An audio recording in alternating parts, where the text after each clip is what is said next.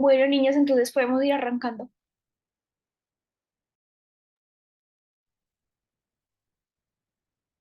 Buenas noches, mi nombre es Marcela Penagos Orrego, soy egresada del programa de atención prehospitalaria de la Universidad CES y junto con mi compañera Valeria Miranda Blandón, estudiante de octavo semestre de la Facultad de Medicina de la Universidad CES y junto a la asesoría del doctor Juan López, vamos a hablar de trauma renal enfocado desde la atención prehospitalaria hasta el manejo intrahospitalario.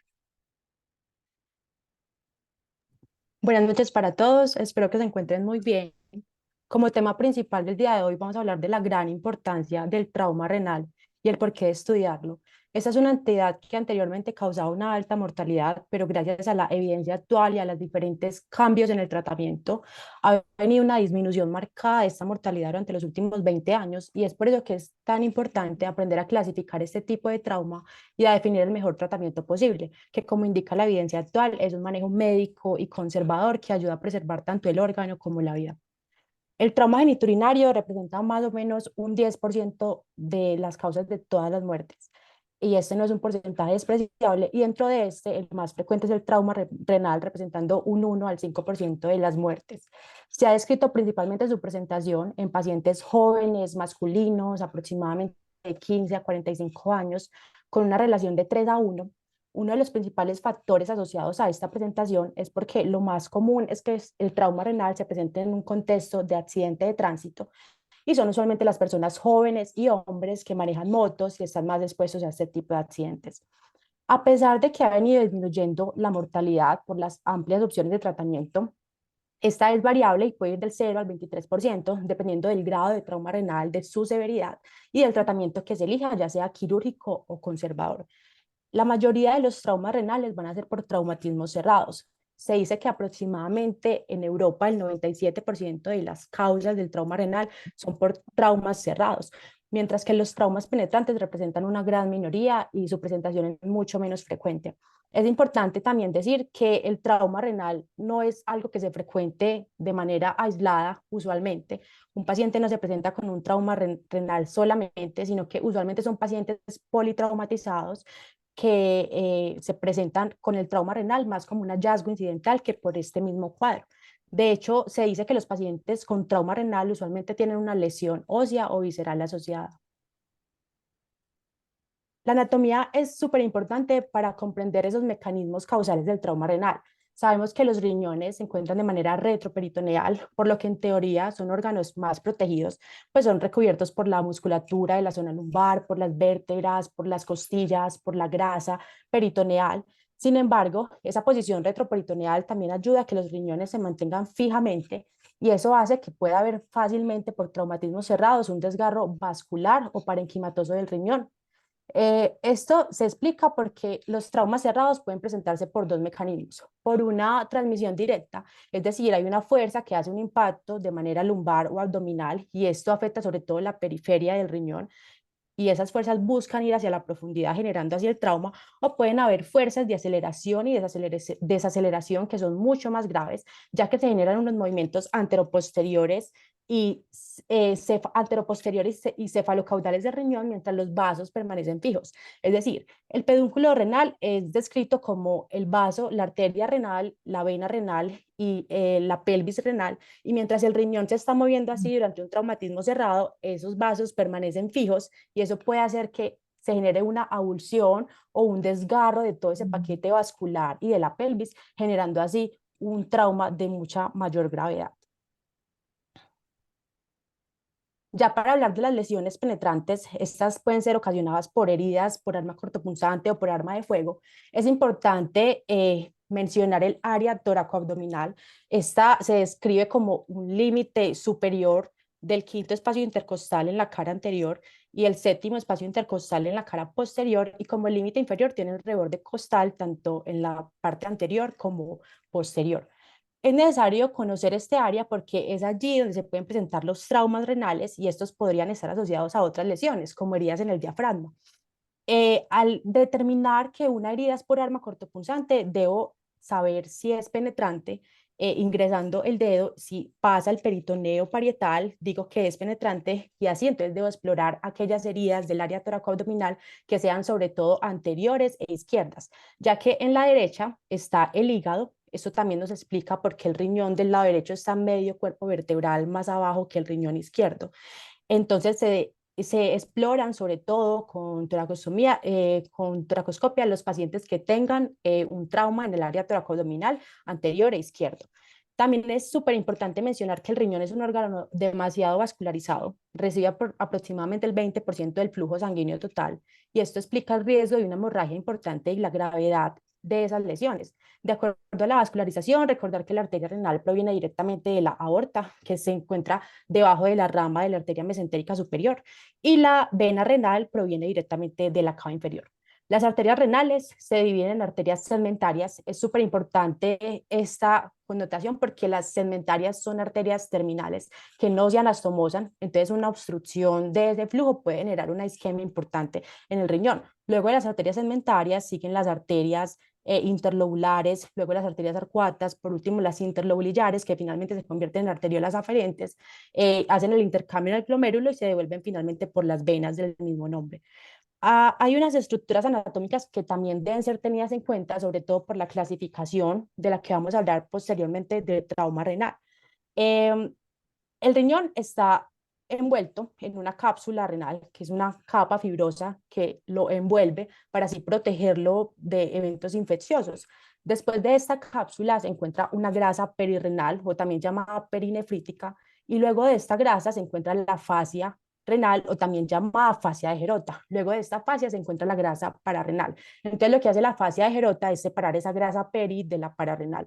Es importante porque en la clasificación que vamos a ver después pueden haber sangrados o hematomas que se confinen solo a la fascia de Gerota y que no traspasen la cápsula, no interrumpan el parénquima del riñón, o pueden haber algunos que sobrepasen la fascia de Gerota y además hagan laceraciones en la cápsula del riñón. Bueno, vamos a hacer una presentación de caso. Es un paciente masculino de 19 años que presenta una agresión física con elemento cortopunzante, generando trauma penetrante en región tóraco lumbar derecha. En la escena es atendido por personal de atención prehospitalaria y en la evaluación de la escena se encuentra un paciente deambulando por la calle en compañía del personal de ambulancia. En la impresión general hay un paciente deambulando por sus propios medios, agitado y refiere presentar una agresión física por persona que pasaba por el lugar y que no tiene el tipo de arma cortopunzante que se usó.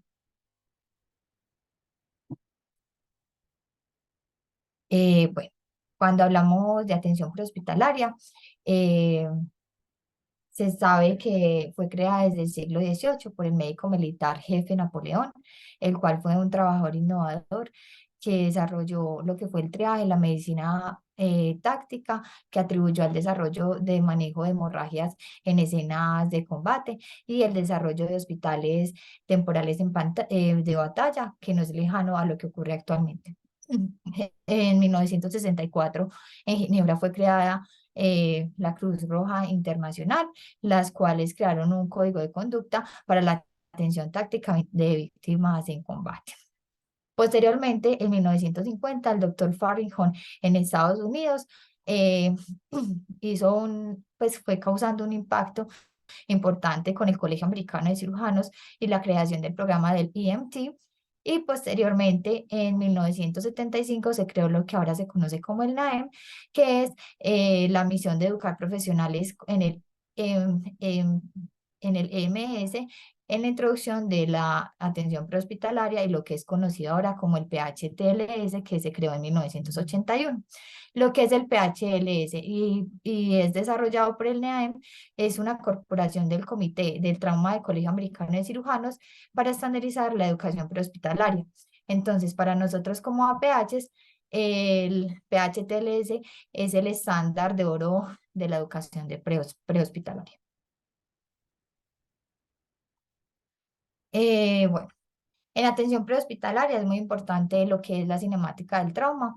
El objetivo de esta es como evaluar la escena por parte pues de nosotros y la lectura. Ahí ya nosotros evaluamos lo que son los riesgos, la ciencia detrás de la energía involucrada en el trauma, y dependiendo de eso podemos estimatizar cuál es el tipo de lesión que puede presentar el paciente, perdón, en el momento del trauma. En este caso, en el trauma renal, se puede dar por trauma penetrante, que puede ser por arma cortopunzante o por herida por arma de fuego.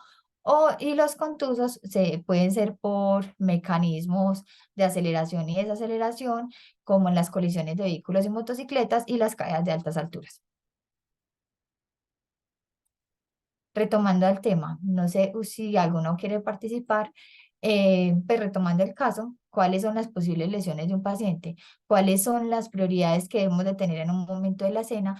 ¿Qué consideraciones debemos de tener en un paciente con un contexto de un trauma que para nosotros no nos definen en la educación como trauma renal, sino que lo embarcan totalmente como un trauma abdominal, que nosotros realmente inmediatamente no podremos pues como diagnosticar, sino que se diagnostica más que todo de manera intrahospitalaria y para dónde se debe trasladar dependiendo pues qué consideran ustedes. No sé si alguno quiere participar o continuamos. Pueden responder por el chat si quieren. Mm, No, nadie, ¿cierto? Bueno, entonces, Continuemos. bueno, eh, pásala. Bueno, la evaluación prehospitalaria se hace inicialmente lo que es la evaluación primaria y en la evaluación primaria hay una escala que es la X, que en este momento, como estamos hablando de un sangrado ensanguinante en el contexto de un trauma penetrante, aquí se debe valorar las metas de perfusión y el empaquetamiento del paciente. Como es en la localización del trauma que presentamos en el momento, no se puede hacer una compresión ni un vendaje directo para reducir la hemorragia, sino que en el PHTLS y como está indicado, se hace empaquetamiento de la zona. Se evalúa lo que es el compromiso de vía aérea. Estamos viendo que el paciente no presentó ningún trauma que la comprometa, en este momento eh, tiene una vía aérea permeable. En el B identificamos lo que es la insuficiencia ventilatoria. En este momento el paciente presenta una respiración superficial con una taquipnea y obviamente la respiración superficial también se da por el dolor en la región donde presenta el trauma, que es la toracolumbar. Y en la C vamos a identificar lo que es la hipoperfusión, que es lo que nos muestra que el sangrado es leve o es moderado. Entonces presenta piel pálida, está diaforético, taquipneico y tiene una saturación ambiente del 88%. En la D vamos a evaluar la disfunción neurológica, que es mediante la escala de Glasgow, y en este caso el paciente está consciente o alterado por lo de la escena, ansioso y tiene una escala de Glasgow 15-15. Y en cuanto a la D, vamos a identificar las lesiones graves. En este momento, pues podemos identificar lo que es la temperatura, que está a 36,8, y el control de la hipotermia es importante para evitar la triada de la muerte, que es hipotermia, coagulopatía, acidosis e hipocalcemia.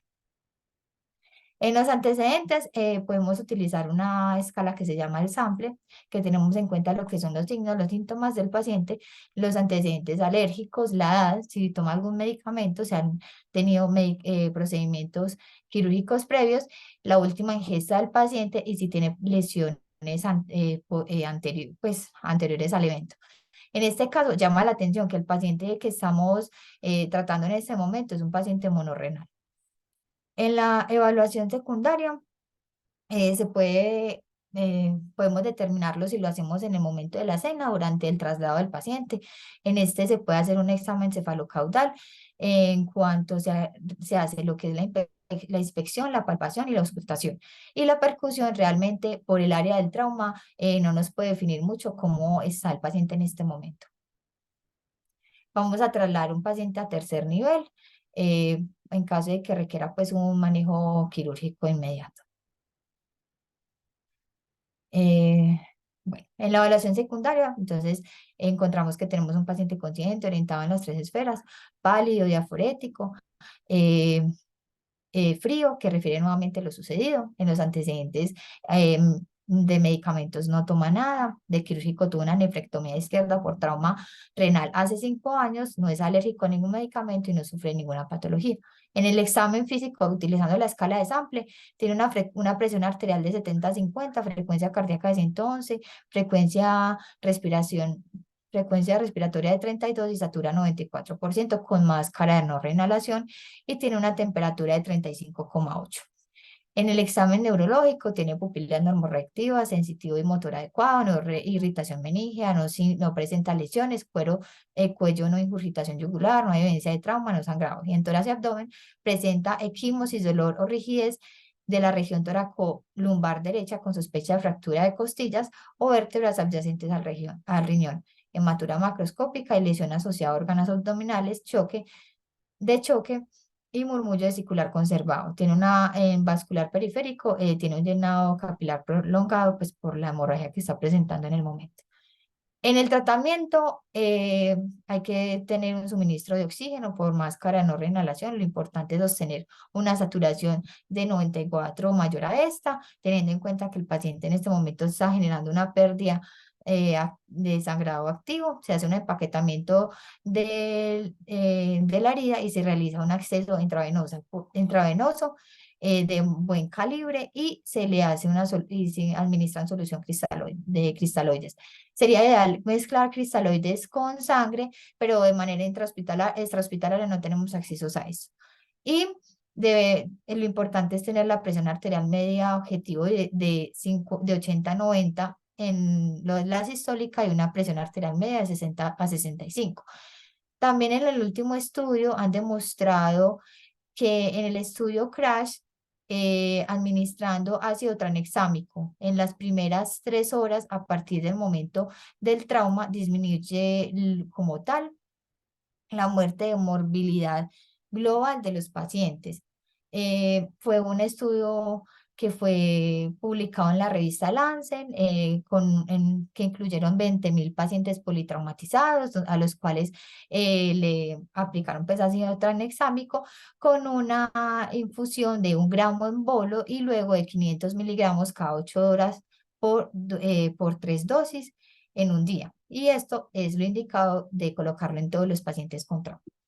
La escala de ISMIS es una nueva escala de atención prehospitalaria desarrollada en Estados Unidos y Australia que muestra la efectividad de la entrega del paciente de manera prehospitalaria a lo hospitalario, ya que hay un estudio que muestra que los médicos en los servicios de urgencias no prestan mayor atención cuando los paramédicos entregan el paciente y dicen que entre 30 y entre 20 y 90 segundos es el tiempo estimado para la entrega y según el estudio, pues al prestar atención a la información suministrada al momento del trauma, genera una disminución del costo de la atención del paciente. Entonces, la entrega es muy fácil. Con las sílabas de ISMID es como identificación, mecanismo del trauma, lesiones, los signos del paciente, el tratamiento que se le aplicó, las alergias, qué medicación se le aplicó, los antecedentes y otra información que uno quiera aplicar a esto. Cuando hacemos el ingreso del paciente al servicio hospitalario, el paciente ingresa con facies álgidas, con mucosa oral ya hidratada, palidez de la piel, está consciente orientado, con signos vitales a su ingreso de 110-60 y una frecuencia cardíaca de 110 por minuto, frecuencia respiratoria de 26, con máscara de no reinhalación y una temperatura de 36 grados. En la exploración se observa una lesión aproximada de 2 centímetros de longitud en cara posterolateral del tórax a nivel del séptimo arco costal con murmullo vesicular conservado, en mi tórax izquierdo sin alteraciones, abdomen plano con cicatriz de línea media, umbilical de la parotomía exploratoria previa y rigidez de mucosa voluntaria por dolor a la palpación media y profunda del hipocondrio y flancos derecho y peristaltismo conservado, miembros torácicos y pélvicos sin alteraciones.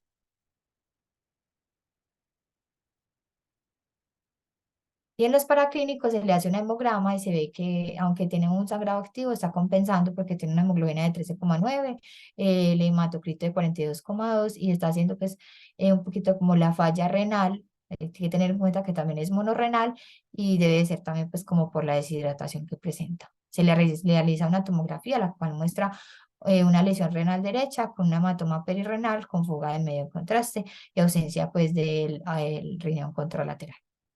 En el manejo hospitalario pues también se hace el ABC, se hace la resucitación de control de daños y se envía radiografía de tórax, pues por la incidencia de que pueda haber un tórax inestable o solamente fractura de una costilla. Se hace la clasificación del FAS y el acceso arterial común o de vena femoral común. Si el paciente está inestable, se ingresa inmediatamente a cirugía y si no, se manda tomografía computarizada y se interconsulta para valoración por urología. Entonces, en un paciente con sospecha de trauma renal, el gol estándar va a ser la urotomografía, la cual es una tomografía trifásica, es decir, tiene tres fases. Tiene la fase arterial, la cual va a evaluar la vasculatura arterial y la presencia de sangrados activos. Tiene la fase nefrogénica, que va a evaluar todo el parénquima del riñón y ver si hay laceraciones o contusiones del parénquima. En las imágenes de fase tardía se busca el sistema colector y es súper importante porque esta me ayuda a ver si hay extravasación del medio de contraste. Este va a ser el examen de lesión. Sin embargo, la mayoría de los pacientes con trauma renal se presentan en un contexto de politrauma, entonces ya van a venir con un TAC abdominal contrastado que no tiene imágenes de fase tardía. Pero esas son súper importantes porque, por ejemplo, en esta imagen podemos ver un trauma renal, que es un trauma grado 5. Ya vamos a hablar posteriormente de la clasificación, pero básicamente es un riñón destrozado que tiene laceraciones profundas y vemos una región hipodensa. Esta región hipodensa puede ser líquido o puede ser sangre. En la fase excretora, si eso es líquido, si eso es orina, ya no va a estar, pero si es sangre, la fase excretora todavía va a permanecer ahí, entonces me va a ayudar a diferenciar de esto y así entonces va a definir la severidad del trauma. En cuanto a la ultrasonografía, o más comúnmente conocida como FAST, no es muy sensible para el trauma renal, tiene variabilidad interoperador y no define adecuadamente la lesión. Y esta es totalmente inferior a la tomografía, pero puede considerarse en el seguimiento. En cuanto a la resonancia, la precisión diagnóstica de esta es muy similar a la tomografía.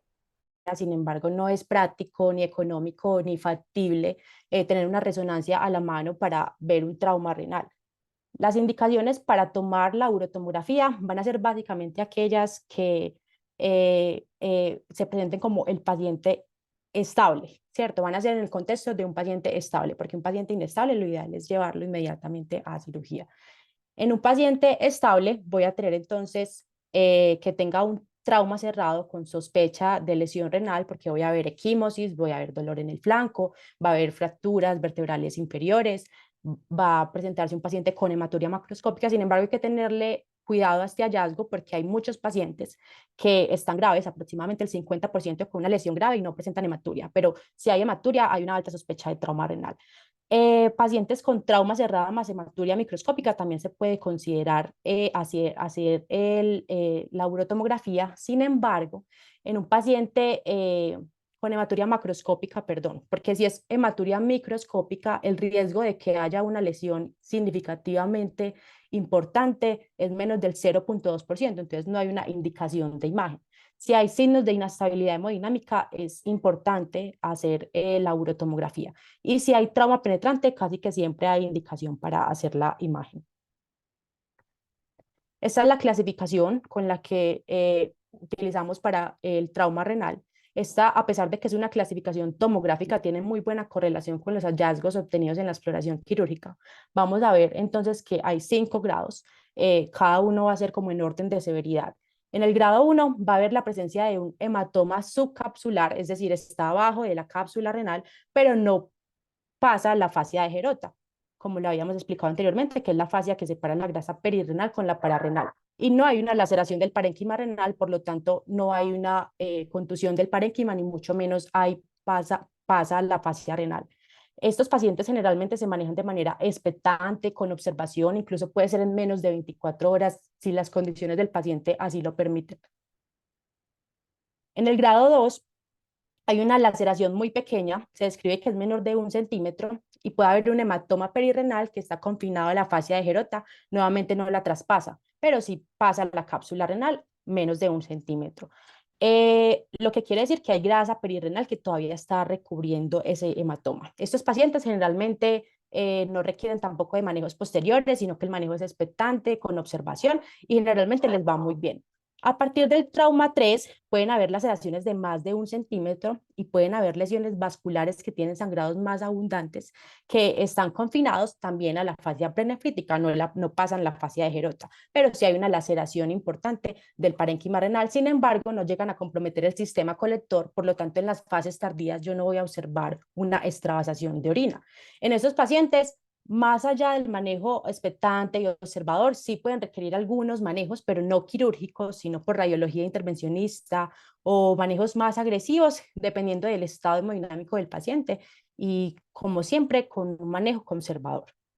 En cuanto a los traumas grado 4 y grado 5, que ya son traumas severos, en el 4 hay una laceración que, independientemente del tamaño, va a lesionar el sistema colector. Vemos que en el grado 3 lo importante es que, a pesar de que la laceración era mayor de 1 centímetro, no comprometía el sistema colector. En el grado 4 sí vamos a ver una extravasación de la orina en las imágenes de fases tardías. Sin embargo, en el grado 4 también se pueden incluir otras cosas, como que pueden haber lesiones vasculares del hilio renal, es decir, de la arteria, de la vena renal, y pueden haber lesiones segmentarias en estas, pero están contenidas y no generan una devascularización del riñón, entonces hacen infartos pequeños y segmentarios. Sin embargo, el problema de esas lesiones segmentarias es que pueden generar trombos. Estas son como las consideraciones que hay que tener en el grado 4, no son excluyentes, o sea, un paciente puede tener esta y ya configura un grado 4. En este tipo de traumas es importante ver que puede expandirse más allá de la fascia de Gerota, como no pasa en el grado 3, y pueden extenderse más allá del riñón. El problema de estos pacientes es que pueden tener ya lesiones adyacentes y requerir manejos más agresivos. Sin embargo, se prefiere siempre el tratamiento conservador. Ya en el grado 5 se representa un riñón completamente destrozado. Hay como desacuerdos en qué se define como un riñón destrozado. Sin embargo, lo importante es que haya una abulsión como de todo ese pedúnculo renal, de la arteria, de la vena, de la pelvis uretal, como una abulsión, como se describía en esas fuerzas de aceleración y desaceleración que ocurren en los traumas cerrados. Pero por suerte, la mayoría de los traumas renales son grado 1, grado 2 y grado 3, que son los más leves y se pueden manejar con observación y con manejo expectante. En muchos casos, los pacientes que tienen traumas ya grado 4 y grado 5 también pueden tener un manejo expectante y, según diferentes condiciones, ya podrían requerir un manejo quirúrgico, sobre todo definiendo la estabilidad hemodinámica del paciente. En el grado 4 es importante que casi el 20% de los casos se puede presentar en estos, y no es un porcentaje despreciable, y hay que hacer una adecuada clasificación porque puedo confundirme y en realidad que no sea un trauma grado 4 sino un trauma grado 5, y si no lo clasifico adecuadamente hay un alto riesgo de mortalidad, por lo tanto se debe hacer un tratamiento adecuado de esto. Este es la tomografía del paciente del que nos habló Marce. No sé si alguno como quiere contarnos, según esta descripción, qué clasificación creen que sería. Este es un paciente monorreno, entonces lo que estaríamos evaluando sería el riñón derecho. No sé si alguno de pronto sería trauma grado 1, grado 2, grado 3, grado 4. Es un hematoma que está perirrenal derecho. Hay extravasación del medio de contraste. Si a alguno se le ocurre, puede dejarlo por el chat. Esta es otra clasificación, que es la WES, o que es de la Sociedad Mundial Americana de Trauma. Lo que hace es tener en cuenta la estabilidad hemodinámica del paciente y los grados de la lesión. Exacto, sí, trauma grado 4, súper bien. Lo que hace entonces esta clasificación es tener en cuenta el estado hemodinámico y la clasificación según la ST, y lo clasifica así en trauma menor, moderado, severo, siendo ya trauma severo trauma grado 4, grado 5. Bueno, ahora en cuanto al tratamiento, llega un paciente de esos, ¿qué es lo que primero debo hacer? Ver si el paciente está estable o inestable hemodinámicamente. Si está inestable, se va para manejo quirúrgico. Si está estable, le doy la oportunidad de hacer un manejo conservador, que es el que en realidad la evidencia actual aporta a hacerlo siempre. En cuanto al manejo entonces conservador, ha sido el tratamiento utilizado desde hace ya 20 años. Ese es, afortunadamente es el que se hace en el 95% de los casos de trauma renal. Esto es súper importante porque lleva menores tasas de nefrectomía. Eh, el manejo quirúrgico renal tiene altas tasas de estas, al igual que pasa, por ejemplo, con un paciente con trauma esplénico. Si se hace un método quirúrgico, un tratamiento quirúrgico, usualmente el vaso no se logra salvar, asimismo pasa con el riñón, entonces siempre se prefiere preservar ese órgano y por lo tanto hacer un manejo conservador. El fracaso de este tratamiento es menos del 5% y si llegan a fracasar es más porque hubo complicaciones debido a lesiones del sistema colector que pueden generar urinomas que se sobreinfectan. Anteriormente se decide llevar a los pacientes trauma grado 4 o grado 5 a cirugía, sin embargo lo que se hace ahora es contextualizar al paciente prefiriendo siempre el manejo conservador y lo más importante para eso va a ser entonces determinar la estabilidad hemodinámica del paciente. Las indicaciones para llevar a un paciente a manejo conservador van a ser básicamente todas aquellas que no necesiten un manejo quirúrgico. En pacientes estables con trauma grado 1 a grado 4, sobre todo en pacientes grado 5, en pacientes trauma 1, trauma 2, trauma 3, trauma 4, trauma 5, sobre todo en pacientes con trauma grado 5 que presenten lesiones parenquimatosas, no tanto de lesiones vasculares, porque las lesiones vasculares sí podrían requerir manejos quirúrgicos o intervencionistas en esa parte vascular. También en pacientes que no estén estables, pero sean respondedores parciales al tratamiento, si se tiene la infraestructura, si estoy en un hospital de tercer nivel con todas las herramientas, se puede hacer un manejo conservador siempre y cuando tenga la clasificación adecuada del trauma renal con las 4 fases. En los traumas penetrantes se ha descrito que aquellos que sean por arma cortopunzante posteriores a la lesión, a la línea axilar anterior, pueden ser tratadas con manejo conservador. Y la extravasación de orina antes se consideraba que era sí o sí se presentaba un manejo quirúrgico, sin embargo ya se da chance al paciente, se contextualiza y se puede hacer de manera segura y no hay contraindicación para el manejo no quirúrgico. El manejo conservador va a consistir entonces de un reposo relativo. Alguna literatura habla de reposo absoluto en pacientes con trauma renal grado 4, grado 5. Sin embargo, estos pacientes usualmente van a estar en UCI, por lo que no van a estar deambulando. Pero en los otros traumas, grado 1, grado 2, grado 3, se recomienda un reposo relativo a que los pacientes puedan empezar a deambular hasta que desaparezca la hematuria macroscópica. Se le deben hacer controles a los pacientes, al principio cada 6 horas, luego se puede espaciar a 24 horas con hemoglobina, hematocrito, función renal. Los pacientes es importante que tengan sonda renal, porque así verifico si hay hematuria o no. Y verificar siempre los signos vitales, estar pendiente de la presión arterial para vigilar la estabilidad hemodinámica, la temperatura, en el caso de que el paciente haga fiebre y sospeche entonces un urinoma. Y los antibióticos están debatidos. Alguna literatura dice que es mejor darles terapia antibiótica para así prevenir ese riesgo de urinoma y otros dicen que no hay indicación para empezar manejo antibiótico. Algunos pacientes pueden presentar un sangrado persistente con caída de la hemoglobina a pesar del manejo conservador, del reposo y todas esas anteriores recomendaciones. Si el paciente sigue teniendo estos sangrados y esas caídas de la hemoglobina, se recomienda entonces la realización de una angiografía con posterior embolización. Hay 2 posibles causas que pueden generar que un paciente tenga sangrado persistente o caída de la hemoglobina después de las 3 semanas. Pueden ser un pseudoaneurisma o una fístula arteriovenosa. La tasa de éxito de esta angiografía va de un 40 a un 95%, es bastante alta. Y esta tasa tan variada, que puede ir del 40 a casi el 100%, es porque hay más éxito en aquellos traumas más leves. Sin embargo, se ha descrito más éxito en traumas a partir del grado 3 y no tanto en traumas grado 5.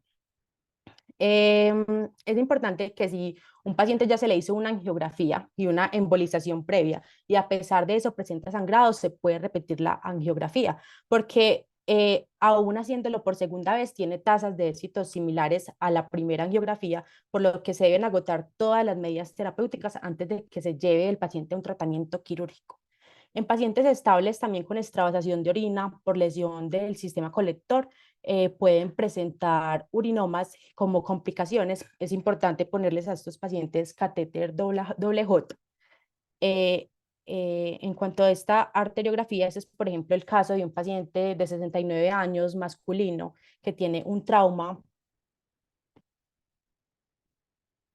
renal grado 4. El paciente fue llevado a angiografía en el que se detectó una extravasación del medio de contraste y luego de la embolización se pudo restablecer como ese sangrado. Entonces ya vimos que aunque no hay criterios validados para hacer una angiografía, hay algunas causas que me pueden hacer un sangrado persistente, por lo que debo tratar de pedir la angiografía. Esas causas son, como ya habíamos mencionado anteriormente, la extravasación activa de contraste, una fístula arteriovenosa, un pseudoneurisma o un hematoma con un diámetro mayor de 2,5 centímetros. No se recomienda hacer una arteriografía en pacientes que tengan un diámetro menor de 2,5 centímetros, porque a pesar de que es un tratamiento que puede ser con altas tasas de éxito, también tiene complicaciones como lesión de la arteria femoral o infartos renales. Entonces, la angiografía va a tener más beneficios en aquellos traumas renales a partir de grado 3 y el éxito va a ser mayor en cuanto sea menor el grado.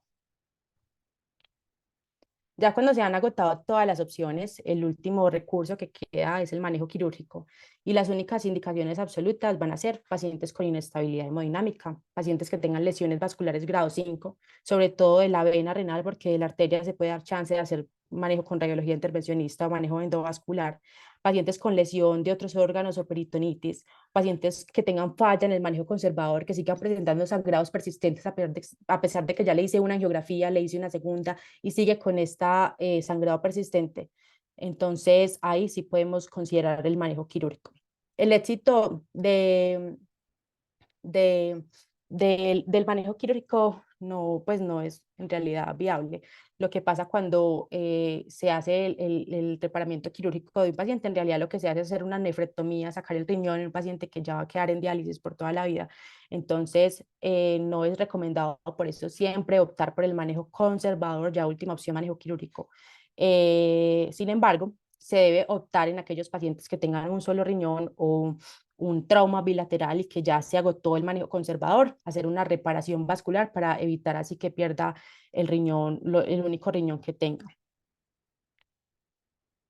Ya este es como un algoritmo que podemos usar, entonces tenemos un paciente estable o inestable hemodinámicamente.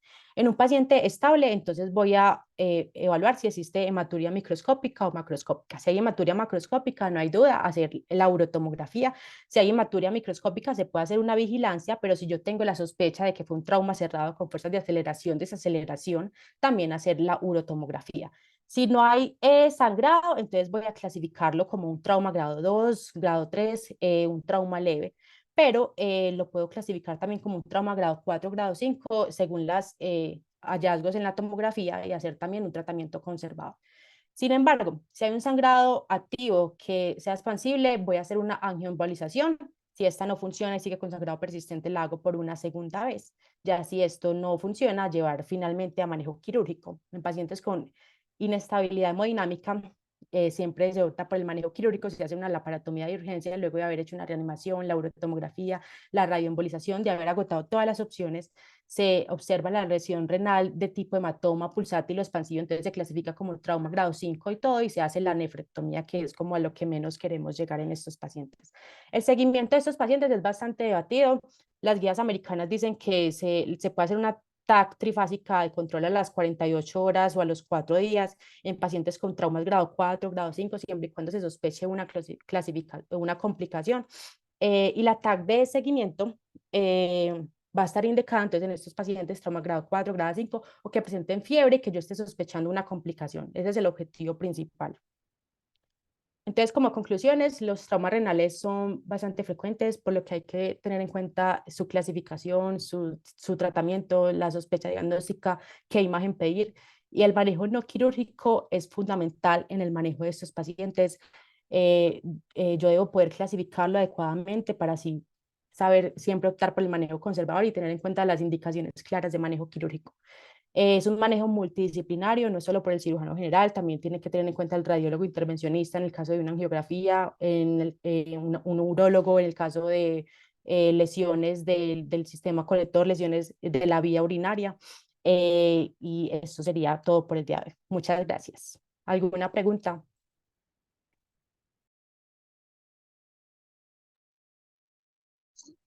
Hola, buenas noches, ¿cómo están? Nada, primero felicitar a Marcela y a Valeria, creo que lo hicieron muy bien. una presentación muy completa, revisaron muy bien la literatura, pues abordaron todos los aspectos muy importantes del trauma renal.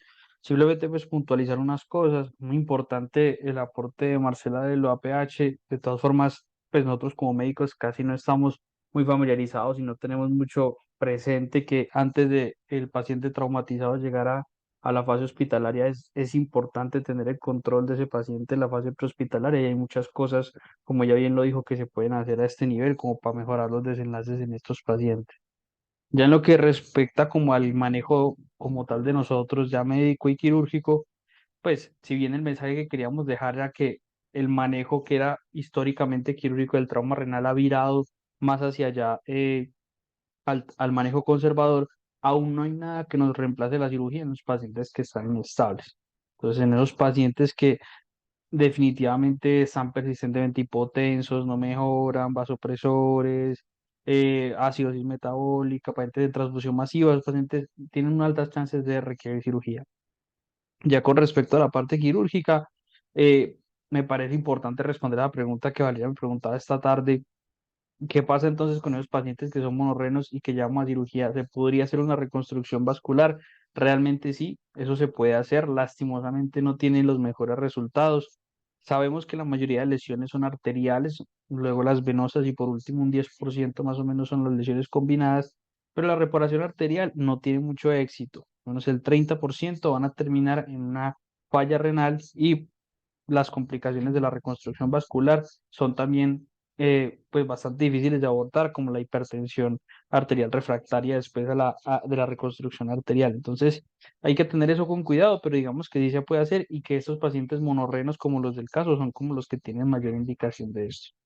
Ya con respecto al manejo conservador, de acuerdo, los estudios o la literatura actual dice que los traumas severos, es decir, del 3 hacia adelante, se pueden manejar de forma conservadora. Hay varios estudios, incluso de trauma grado 5, que se manejan de forma conservadora y tienen más tasas menos tasas de nefrectomía y obviamente pues buenas tasas de éxito, incluso tasas hasta el 90% de éxito del manejo conservador. Entonces es importante recordar que no todas las lesiones son secciones vasculares, hay pseudoneurismas, hay fístulas arteriovenosas que también son incluso mejor abordadas de forma intervencionista. De acuerdo con el reposo, las guías recomiendan un reposo absoluto en los traumas grado 5 y grado 4 de 24 a 72 horas, en los otros sí es un poco más relativo, y o hasta resolver la hematuria pues viendo por la sonda. Y recordemos que el manejo conservador también puede fallar, y eso hay que tenerlo muy en cuenta. No vamos a esperar que el paciente tenga tres angioembolizaciones y el paciente inestable, sin nosotros tomar la decisión de operarlo en cierto momento, pero hay algunos factores que nos pueden decir que este manejo conservador de pronto falle. Si vemos en la imagen que se extravasó el medio de contraste extravascular, que hubo una lesión, un hematoma renal mayor a 3 centímetros, o las heridas por arma de fuego, sobre todo las de alto impacto, puede que falle el manejo conservador y estos pacientes de pronto se beneficien más de una cirugía de entrada. Básicamente eso era como lo que quería puntualizar, y de nuevo nada, felicitar a Marcela de Valera, creo que lo hicieron muy bien. Si alguien tiene algún comentario adicional, pues nos dice y aquí estamos para responderlo.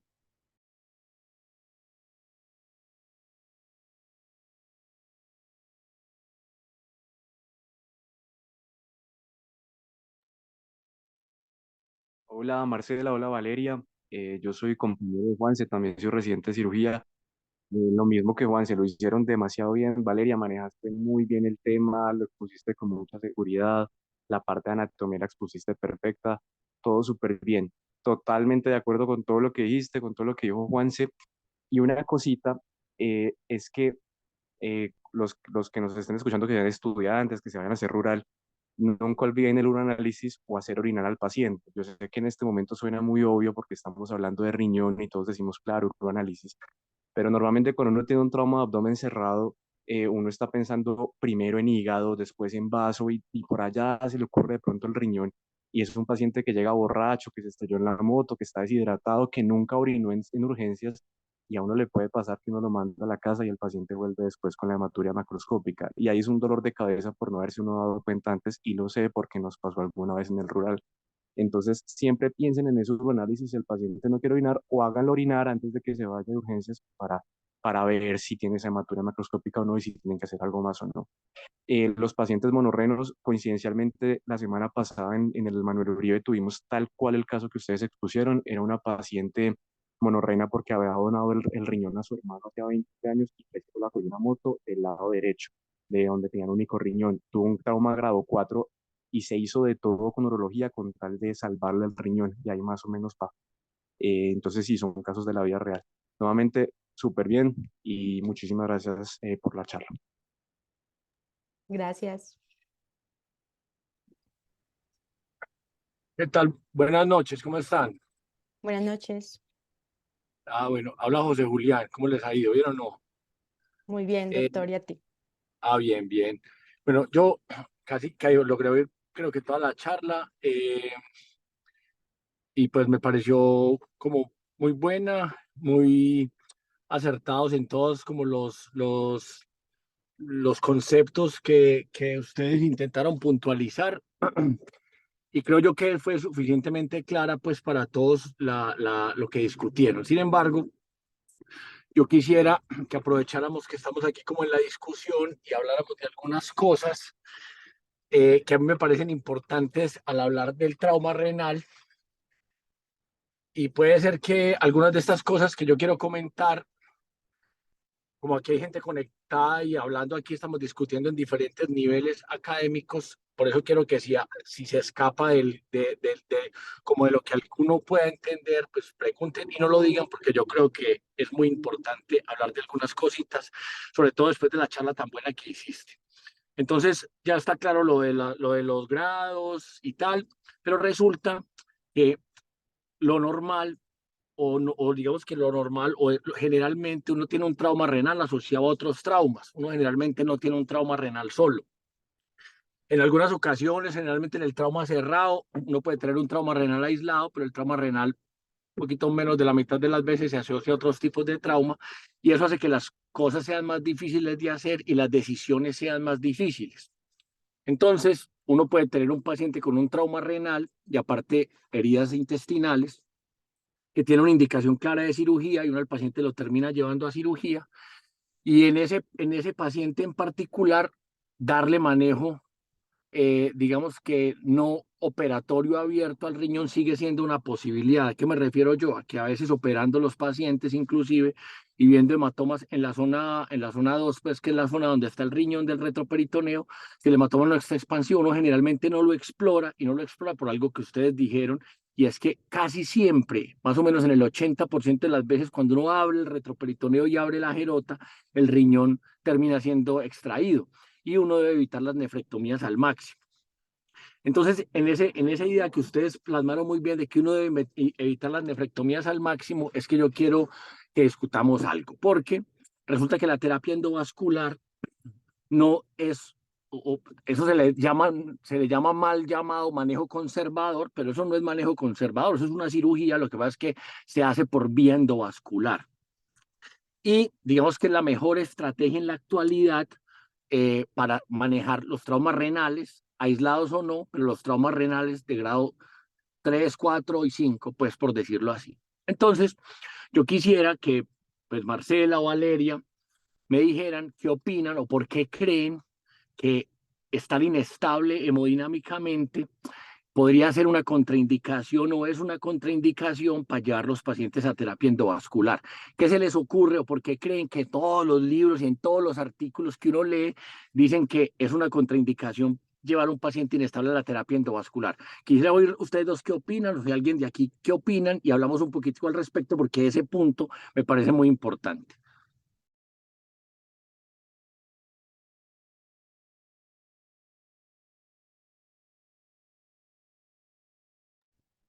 Doctor, no sé si la respuesta es como muy obvia la que voy a decir, no sé si es como muy simple, pero considero que en estos pacientes que se le hace terapia endovascular, pacientes inestables, presentarían una inestabilidad mayor que puede progresar rápidamente a una alta tasa de mortalidad.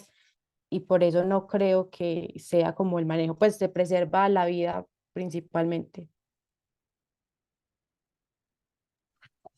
Ok, bueno, más o menos eso era lo que yo buscaba que que pensáramos, porque a ver, cuando tú empezaste la presentación o cuando ustedes empezaron la presentación, eh, tú mostraste que es muy importante en los pacientes, sea con trauma penetrante o cerrado, del torso, pues, o de la región toracoabdominal y abdominal, identificar rápidamente los pacientes que están inestables. Y es por eso que la clasificación de la Sociedad Mundial de Cirugía de Trauma, los pacientes inestables, independientemente del grado o de la lesión anatómica que tengan, los clasifican pues como un trauma grave. Porque lo más importante para uno como médico es identificar rápidamente el paciente que está en choque. Entonces, cuando un paciente está en choque y fue víctima de un trauma, uno asume que la gran mayoría de las veces ese choque es un choque hemorrágico y es un choque hipovolémico. Entonces, ese choque, pues hay que manejarlo. Y la forma de manejar ese choque, pues es activando los protocolos de transfusión masiva y porque resulta que los sangrados por el riñón son hemorragias no compresibles del torso. Eso es una hemorragia no compresible. Pero como vos lo dijiste muy bien al principio, las hemorragias del riñón, a diferencia, por ejemplo, de las hemorragias esplénicas o hepáticas, se contienen dentro del retroperitoneo y generalmente no exsanguinan al paciente de manera tan rápida. Pero uno identifica el shock o identifica el paciente que está en riesgo de tener shock y ese es el primer paso y es lo más importante. Lo segundo es que también lo dijiste, pero es la razón por la cual, por ejemplo, el ultrasonido a veces no es tan sensible para evaluar a estos pacientes porque los sangrados retroperitoneales son, digamos, que la principal fuente de falsos negativos a la hora de tener, pues, un sangrado intraabdominal, porque los sangrados retroperitoneales a veces no se ven, pues, en el ultrasonido. Pero listo, digamos que identificamos el sangrado y el paciente tiene un trauma renal y está con 70 de sistólica y con 130 de cardíaca, es un paciente que está en un shock. Entonces, resulta que en estos pacientes, pues hay muchas cosas Doctor, para una hacer. pregunta. Sí, Ahí no se podía utilizar como el REBOA. sí, pero me estoy yendo aún más atrás porque hay muchas cosas y ahorita que uno de los compañeros estuvo como mencionando a los que se van a ir para el rural y tal, yo creo que como aquí estamos hablando de todo, yo estoy empezando desde el principio, voy a llegar como al final a lo que yo creo que se termina haciendo, pero uno, no, primero, no tiene terapia endovascular en todo lado. Segundo, no tiene REBOA ni salas de hemodinamia en todo lado. Tercero, no hay cirujanos en todos lados y a veces no hay sangre en todo lado y a veces lo único que uno tiene es el médico general que está en el rural y digamos que no sé, por no ponerlo tan grave, está en Santa Fe, Antioquia y ese día no había cirujano allá y entonces está embalado con un paciente con un trauma renal. Entonces, sí hay cosas que uno puede hacer cuando un paciente tiene una hemorragia no compresible. Hay muchas cosas que uno puede hacer que un paciente cuando tiene un trauma renal y es una hemorragia no compresible mientras traslada al paciente. Entonces, lo primero que uno puede hacer es identificar rápidamente el choque y decir, este paciente tiene una hemorragia no compresible del torso, yo lo tengo que remitir de manera emergente. Y emergente es subir a una ambulancia e irse con él. Pero en ese traslado uno tiene que hacer varias cosas. Entonces, la primera es pensar, ¿yo cuántos cristaloides le voy a poner a este paciente? Entonces, seguramente eso lo han hablado ustedes en otras charlas, y entre más cristaloides le pongan al paciente, pues peor será el desenlace. Entonces, uno pone bolitos pequeños y lo mantiene con presiones arteriales sistólicas entre 75 y 90, y con eso posiblemente pueda llegar el paciente vivo hasta el hospital. Administrar ácido tranexámico, que afortunadamente hay en todo lado. La administración de calcio, que vos también medio lo mencionaron, pues ahí, porque hace parte, pues, del rombo pues, de la muerte. Administrar gluconato de calcio, así no tengamos una medición de calcio, administrar 2 o 3 ampollas de gluconato de calcio le va a servir a estos pacientes. Y hay algo que no aparece en los libros y en ningún lado, pero yo siempre que doy capacitaciones a médicos generales se los digo, y es que usted debe traer el paciente con sistólicas alrededor de 80 y con eso lo puede transportar. Pero si la sistólica está por los lados de los 60, ese paciente en los próximos 5 minutos le va a hacer paro. Entonces, aunque los vasoactivos no son la primera línea en el manejo del choque hemorrágico y la primera línea es la sangre, pues son los hemoderivados. Si usted no tiene hemoderivados y el paciente está llegando a 60 de presión arterial sistólica, ese es el momento de empezar a administrar empezar a administrar vasoactivos. Si usted no tiene sangre, digo en el traslado, ¿qué vasoactivos se ponen? Pues hombre, si usted está en un segundo nivel y tiene norepinefrina, usted monta una infusión de norepinefrina, pero si usted no tiene norepinefrina y está en un primer nivel, en todos los carros de paro hay adrenalina, entonces montan una infusión de adrenalina y le ponen al paciente una infusión de adrenalina, ponen una ampolla de adrenalina en 250 y le ponen eso a 10 s hora, y con eso más o menos al paciente le suben un poquitico la presión y lo logran llevar hasta el destino. Ahora digamos que llegamos al destino. Entonces ya cuando llegamos al destino, estamos los cirujanos y los que hacemos en hemodinamia y tal, y entonces dijimos, listo, ¿qué vamos a hacer con este paciente? Y digamos que tiene un trauma renal solito. Entonces el trauma renal hay que evitar operarlo la mayor cantidad de veces porque, si no opera los riñones los termina sacando. Entonces, y con esto quiero terminar con el concepto que por eso les pregunté al principio, es ¿por qué un paciente inestable no puede ir a la sala de hemodinamia? Yo creo que la principal razón por la que un paciente inestable no puede ir a la sala de hemodinamia es porque las salas de hemodinamia no las hemos tenido preparadas como un quirófano para atender pacientes inestables. Entonces uno, en muchos hospitales del mundo, los que hacen esta terapia son radiólogos, y los radiólogos, digamos que no están cómodos enfrentándose a un paciente inestable. Ese es el primer problema. El segundo problema es que el personal de la sala de hemodinamia no se siente cómodo enfrentándose a un paciente inestable. Pero resulta que para un paciente inestable que está en una coagulopatía traumática aguda o que tiene un alto riesgo de hacerla, entre menos cirugías le haga uno, mejor. Entonces, evitar una toracotomía, evitar una laparotomía, pues obviamente disminuye la probabilidad de que el paciente haga más coagulopatía. Entonces, eso en los últimos años es una contraindicación relativa. En los sitios de trauma o en los hospitales donde el servicio de hemodinamia está preparado para atender pacientes inestables, esa es la indicación.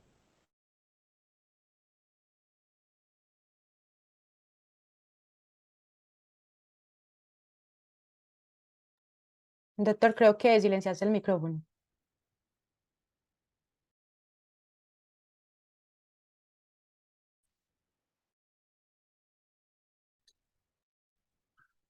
Hola, ¿y me oyen? Hola, Sí, ya sí. Perfecto. hola, Sí. hola. Sí, doctor, ya te escuchamos. Bueno, muchas gracias. Entonces, claro, un paciente con una lesión de víscera sólida, como es el riñón, un paciente con una lesión de víscera sólida, como es el riñón, creo yo que ese paciente tiene toda la indicación, si está inestable, de hacer un procedimiento endovascular. Pero los procedimientos endovasculares son múltiples y como ustedes decían, no puede fallar, pero cada vez existen técnicas más avanzadas para poder controlar los sangrados por vía endovascular. Se pueden poner valores de oclusión aórtica mientras uno recupera el paciente, luego ponerle la sangre y hacer la embolización. Entonces, digamos que tengan eso en la mente porque sí es una posibilidad. Y aparte también es una posibilidad cuando uno yo opero el paciente y lo tiene abierto y le suturó el intestino y le sacó el vaso y tal, explorar el retroperitoneo y evitar, no explorar el retroperitoneo y evitar sacar un riñón es una buena estrategia. Entonces, esto era como lo que yo les quería decir, insistirles mucho en identificar adecuadamente el sangrado, el paciente que está en shock, hacer las consideraciones al respecto, no olvidar los comentarios que hicieron los compañeros hace unos minutos de evaluar los pacientes con hematuria, de de hacer una evaluación completa de los pacientes y hoy pues porque estamos renal, pues los pacientes con trauma renal, si fue cerrado, es un trauma de muy alta energía y posiblemente tengan otras lesiones y si es un trauma penetrante con mayor probabilidad seguramente tengan también otras lesiones. Entonces, pues era eso. No sé si tengan algún comentario para hacer al respecto de lo que les estoy como comentando. Esto no es que se haga en todos lados, esto es lo que nosotros hemos empezado a proponer acá y es lo que estamos haciendo, de llevar pacientes muy inestables a la sala de hemodinamia y tenemos muy buenos resultados y pues digamos que hacia allá va apuntando como todo este tema de la cirugía de trauma. Agradecerles a ustedes muchos por este esfuerzo que hacen, yo creo que es un esfuerzo admirable de sentar, de reunirse aquí por las noches y hablar de esto, es un esfuerzo muy admirable y espero que todos estos esfuerzos tengan los frutos para ustedes de aquí en adelante, porque todos estos esfuerzos merecen recolectar frutos. Entonces era eso, pues, y que cuando me quieran volver Doctor, te silenciaste de nuevo, pero muchísimas gracias, de verdad.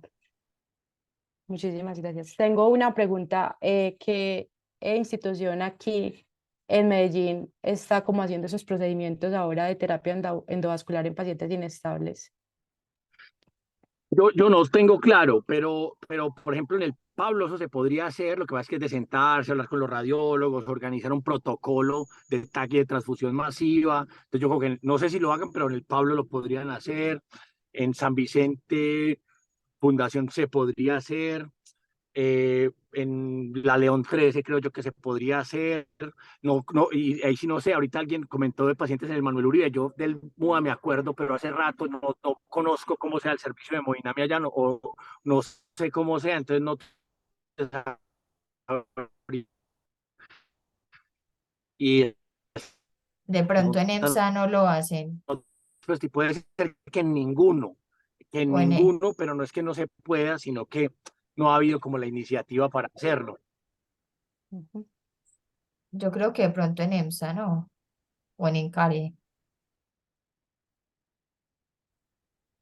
Y no sé, no sé.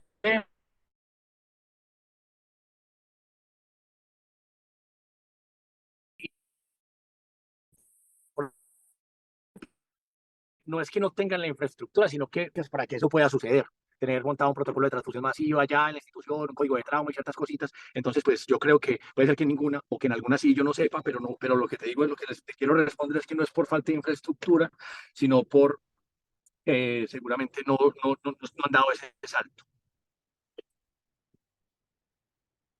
Muchas gracias, doctor.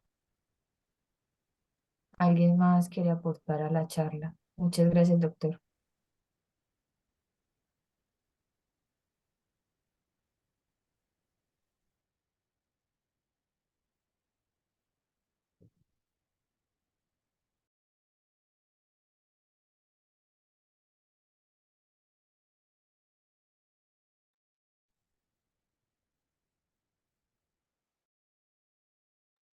Listo, yo creo que eso sería todo. Muchas gracias a Marcela y a Valeria por la presentación. Excelente, súper bien, muy bacano lo del caso clínico. Muchas gracias a todos los profes que nos ayudaron. Eso sería todo para recordarles lo de la asistencia. Creo que ya todas la llenaron. Y listo, nos vemos dentro de 8 días en el Club de Revistas. Muchas gracias, Marcela y Valeria, por la presentación. Otras felicitaciones, lo hicieron súper, súper bien. Gracias, hasta Muchas luego. gracias. Feliz noche, hasta luego. Hasta luego, muchas gracias. Muchas gracias, feliz noche. Excelente charla.